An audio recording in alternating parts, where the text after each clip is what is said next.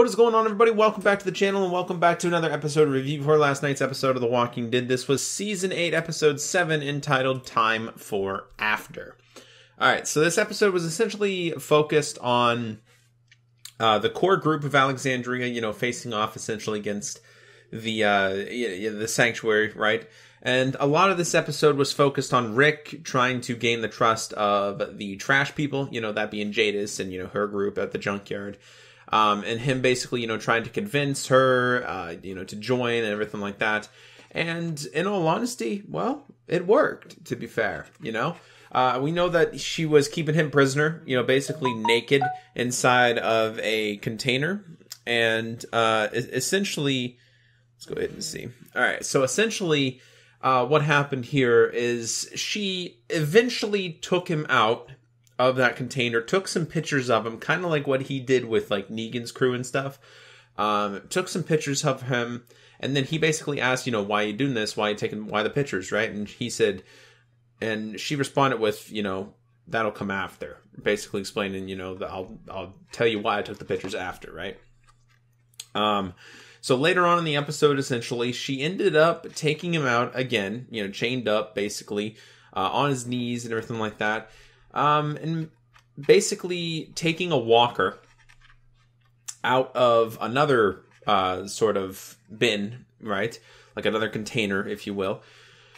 And again, Winslow 2.0, that's what it basically came down to. But the thing was, she wasn't making him face Winslow 2.0, to prove himself to her, right? She, in all honesty, I believe, wanted to just kill him. Because he was still tied up, right? He was still tied up. He was bound. He was on his knees when she was taking the walker over to him. And by the way, she had a helmet on this walker with a bunch of spikes on it, which is really cool. So that could be the next limited edition box set we get. Definitely could be it. But with that being said, we'll definitely go ahead and see, when that time comes. But she has like a stick basically to the back of the walker's helmet as well for basically control. And, they took him, the walker over to Rick, essentially just to bite Rick and end it, right?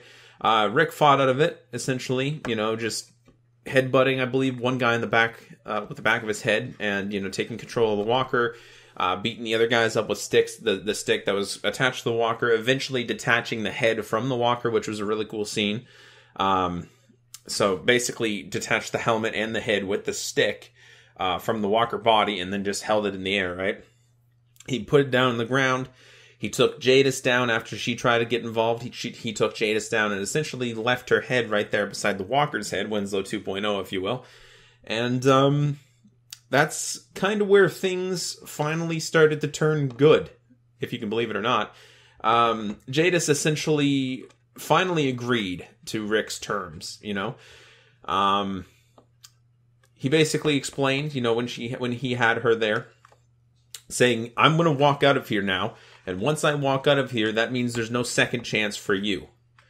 Once I walk out of here, we will come back, we will attack. We're not going to attack today, but we will attack someday.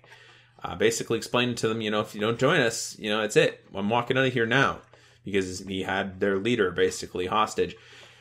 She finally put her hand up, basically like everybody dropped their guns, type of thing, and finally agreed to the plan, to join Rick in exchange for, well, the Saviors stuff. Once they finally defeated the Saviors, she wanted the Saviors things, right? They're not going to need them anymore, right? So she wanted the Saviors things. He said that we're all going to have the Savior things. It'll all belong to us. You'll get a fourth, obviously that being split between the junkyard, Alexandria, the hilltop, and the kingdom. So there's that plan, right? Very interesting to say the least. She finally agreed to it after some negotiation, failed negotiation that is. She wanted him to strip down naked and let her sculpt him. Odd, to say the least. Basically saying, like, these off, pointing to his underwear. And he said these off, pointing to, obviously, his bounds, right? With his hands, they were tied together. And they get a fourth, basically. So they ended up joining. That was near the end of the episode. All right, so we got the garbage people, the junkyard people on our side again, which is nice. I'm a big fan of Jadis. I know a lot of people don't really like her. I do really like her character, though. and I'm looking forward to seeing more of her. I'm glad she's back on our team, but can we really trust her? You know, she turned her back on us once, and, you know, can we let that happen again, right? I don't know. Time will tell. The rest of the episode was basically focused on the Sanctuary and some of the core group outside of the Sanctuary, that involving, like, Morgan, a few more of the lookouts, Michonne, Rosita, Daryl, and Tara, okay? So, essentially, their plan, all right? In the meantime, okay, their plan was just to essentially drive the truck into the side of the Sanctuary and let the walkers flow in, right? Drive everybody out of there. They didn't want any workers to get hurt or anything like that. Daryl assured them that they were on the other side of the Sanctuary compound in total, and they'd be able to get to safety just in time. So they went through with the plan, but in meantime, we had a bunch of conflict. We had a bunch of conflict with Eugene. Eugene actually built a little plane to drive the walkers away from the Sanctuary. He built a little plane that was basically remote controlled with like an iPod on it to play music to drive the walkers away. Brilliant little plan. Dwight shut that down pretty quick, though. He did threaten to kill him, but he obviously didn't go through with it, but he did shoot down the plane after he took it off. So he shot down the little plane that Eugene made. Very great engineering, you know, in all honesty. And to be fair, on Eugene's side here, he was trying to save people's lives because they were completely surrounded. Not just Negan, all the workers, all the innocent workers and everybody like that was completely surrounded by walkers as well. They were all in danger and he was trying to save lives. So I completely understand where Eugene was coming from, but I truly don't know where his loyalties lie. I really don't. We have Gabriel in there as well, asking Eugene to try to help get Dr. Carson out of there and back to Maggie in time for the baby. He finally didn't want to do that after the walkers flooded in. He realized that, you know, this is really bad tactics on the part of, you know, Rick's group, basically saying that this was basically threatening all the innocent lives as well, and Eugene was trying to save them. So, obviously that wasn't Rick's plan to flood the place with walkers and threaten the lives of just the normal workers, right? But, you know, Daryl being as careless as he is right now and as vengeful as he wants to be, you know, that's what we get, right? So the rest of the episode was essentially like conflict with Negan talking to Eugene as well, basically saying, you know, you're brilliant. He has a plan to refill all their guns with bullets and stuff like that, make bullets for Negan instead of Rick. We know that he was planning on making bullets for Rick's group back in the day, until, you know, obviously he got taken by Negan, right? So he's planning on doing the same for Negan now, which is concerning, to say the least. I still don't necessarily know where Eugene's loyalties lie. There was a lot of conflict in this episode with Eugene, you know, him drinking as well, trying to get some sleep, and I believe not just trying to get some sleep, but also, I think, trying to decide, you know, what side he's on, right? He eventually points out to Gabriel, basically saying, you know, I will do whatever I need to do and whatever it takes to ensure my survival. That includes keeping Dr. Carson here just in case I ever need him, right? So, and to an extent, I don't necessarily know, because he's loyal to Negan in a sense that he will do, you know, whatever he needs to do to keep the rest of those people safe and save lives and stuff like that, and save his own ass at the same time. But at the same time, he knows of Dwight's betrayal, essentially. He knows that Dwight betrayed Negan and is working for Rick and the other group, right? He knows that, but he decides not to say anything after everything. You know what I mean? He originally said to Dwight, you know, stop doing this whole betrayal thing. Make sure your loyalties lie on Negan's side, and I will keep quiet. I will not say anything. But after that, Dwight then shot down the plane, proved everything to Eugene that he was not going to do that. He was staying on Rick's side against Negan, trying to constantly convince Eugene that we can take care of Negan. No one else has to die. All you have to do is do nothing, essentially. Let this plan play out, right? Everybody will be safe, and Negan will die in the end.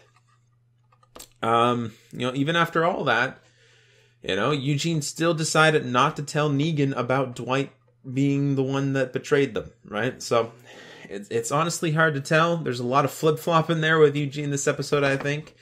You know, and then there's a time where somebody told him, you know, there will come a time, you know, when you will get to decide, you know, what's right, you know, what's right to do no matter the cost. And then he looked down at his thumb to see the paint, and, you know, then I think he flip-flopped again and thought that maybe it was a good idea to stop Negan because of all of his things that he's done. You know, the burnt skin on Dwight's face and everybody else's face. You know, people aren't safe there. They're safe from the outside. They're safe from the walkers, you know. But if you cross Negan, you're dead. Or worse, in all honesty, which is living with the burnt face. I don't know if that's worse than being dead, but you got to think that would hurt a hell of a lot. Anyway, so after all that, like I said, Daryl crashed the truck into the side of the sanctuary, fled the walkers in. They started fighting off walkers. They made it upstairs to safety. A lot of them did. I believe some people did die.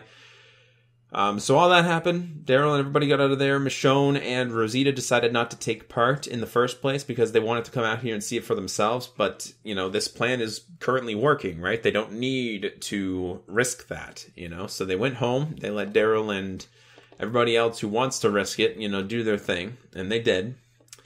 And that's, well, I mean, that's pretty much the end of the episode, except for where Rick went to go to a lookout, you know, one of the Savior's lookouts, or not one of the Savior's lookouts, but one of the previous Savior's lookouts, and then their people took up the lookouts as well, only to find one of his people, I believe it was one of his people, hanging from a ladder, you know, on like a little sniper tower, getting eaten by walkers. I'm not sure what happened there. Maybe he fell. I truly don't know. But he goes up with a sniper rifle all the way to the top, looks at the sanctuary, and realizes there's no damn walkers anymore.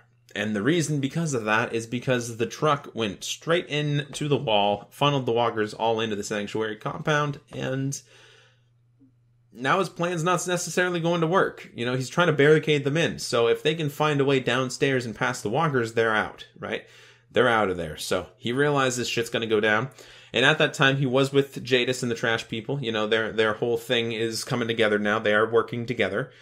They do have Rick's back to an extent, I believe. And like I said, I don't know necessarily if we can trust him yet, but we will decide that on a future date.